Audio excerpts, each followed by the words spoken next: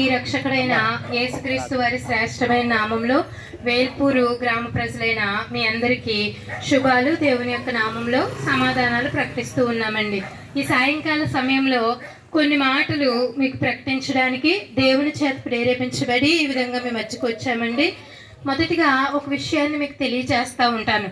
ఏంటంటే మనందరం కూడా ఏం కోరుకుంటాం? ప్రతి ఒక్కరూ కూడా సంతోషంగా ఉండాలి, ఈ లోకంలో ఆనందంగా ఉండాలి. ఈ లోకంలో ఎన్నుంటే ఏంటండి, ఆనందం ఉండదు కదా కొంచెం మందికి. అలా కాదు, కానీ మనందరం కూడా ఆనందంగా ఉండాలని కోరుకుంటాం. అయితే బైబిల్ గ్రంథంలో ఒక వ్యక్తి ఉన్నాడు. ఆ వ్యక్తి ఎలాంటి వాడనంటే ఆ ఊరి వారి అందరి చేత కూడా ఆ వ్యక్తికి ఉన్న సాక్ష్యం ఏంటంటే దుర్మార్గుడు, అన్యాయస్తుడు, అమ్మో మోసగాడు, ఇలాగా చాలా పేర్లతో పిలుస్తూ ఉన్నారు. కానీ అతని దగ్గరికి వచ్చేటప్పటికి మాత్రం ఎవరు మాట్లాడట్లేదు. ఆ వ్యక్తి యొక్క పని ఏంటి అని అంటే పన్ను వసూలు చేయటం. ప్రభుత్వం తరఫున ప్రజలకు విధించిన పన్నుని అతను వసూలు చేస్తూ ఉండేవాడు. అయితే అలా వసూలు చేస్తున్న క్రమంలో అతనికి జీతం అనేది వస్తూ ఉన్నప్పటికీ దురాశతో, అత్యాశతో మరింతగా ఎక్కువగా 10 రూపాయలు చెల్లించవలసిన దగ్గర 40 రూపాయలు వసూలు చేస్తూ ఇలా అన్యాయంగా జీవిస్తున్న వ్యక్తిని అందరూ అనుకున్నారు కదా అన్యాయస్తుడు. అంటే అతనికి డబ్బులో నాకు సంతోషం ఉంది అనుకుని ఎంతో డబ్బు సంపాదించాడు, ఎంతో ధనాన్ని కూర్చుకున్నాడు. అయినప్పటికీ అతనికి సంతోషం లేదు. ఒకరోజు ఇలాంటి సమూహం ఒకటి అతని ప్రాంతం గుండా వెళ్తున్నప్పుడు అడిగాడు, ఏంటి సమూహం ఇలా ఉంది అంటే, యేసుక్రీస్తు ప్రభువారు ఈ ప్రాంతం గుండా వెళ్తున్నారు అని చెప్పినప్పుడు అతనికి ఒక ఆశ పుట్టింది. ఈ యేసు ఎవరో నేను చూడాలి అనుకున్నప్పుడు అతని శరీరపరంగా అతను చాలా పొట్టివాడు కాబట్టి జనసమూహం మధ్యలోకి వెళ్ళి యేసుక్రీస్తు ప్రభువారిని చూడలేకపోయాడు కాబట్టి అతనికి కొంచెం తెలివి ఎక్కువే. కాబట్టి ముందుకెళ్ళి చక్కగా ఒక చెట్టు ఎక్కి నేను ఇప్పుడు యేసుక్రీస్తు ప్రభువారిని చూస్తాను. మనం అనుకుంటాం కదా, ఏదైనా ఒక మంచి విషయాన్ని చూసినప్పుడు అమ్మో నాకు పుణ్యం వచ్చేసింది, నేను ఇది చూశాను కాబట్టి అని ఒక ఆలోచనలో మనం ఉంటాం కదా.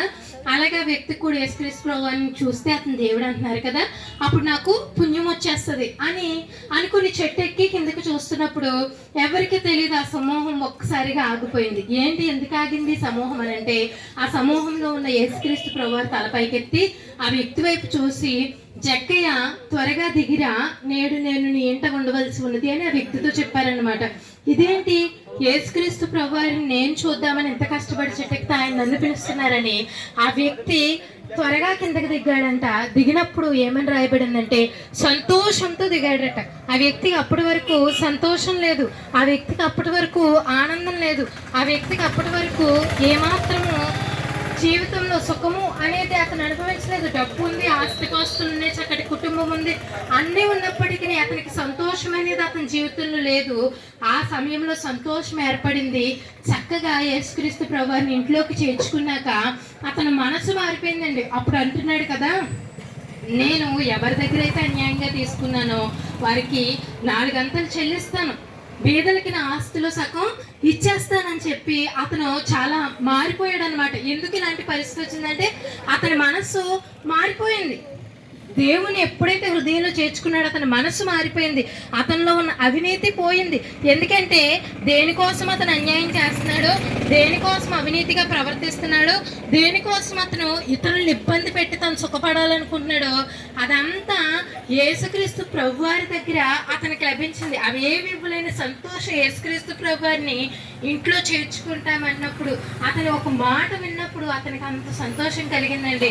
ఈ రోజుల్లో మేము మీకు ప్రకటించే సంతోషకరమైన శుభవార్త ఏంటంటే, సాక్షాత్తు ఆ యేసుక్రీస్తు ప్రభువారే మనందరి ప్రాణం కోసం అతన్ని రాని నోటితో పిలిచాడు. కానీ మనందరి రక్షణ కోసం అంటే అతనితో యేసుక్రీస్తు ప్రభువారు చివరిగా అన్న మాట ఏంటంటే, నీకు రక్షణ వచ్చింది, నీ ఇంటికి రక్షణ వచ్చింది అని అన్నాడు.